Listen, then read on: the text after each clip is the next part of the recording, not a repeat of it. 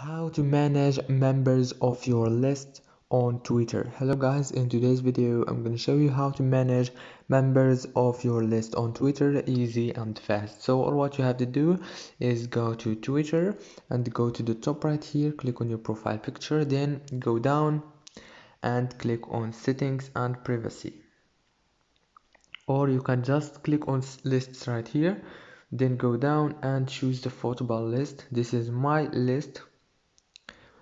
Now click edit list and click on manage members, and from here you can manage the members of your list. I hope this video was helpful. Don't forget to like and subscribe. Thank you so much for watching.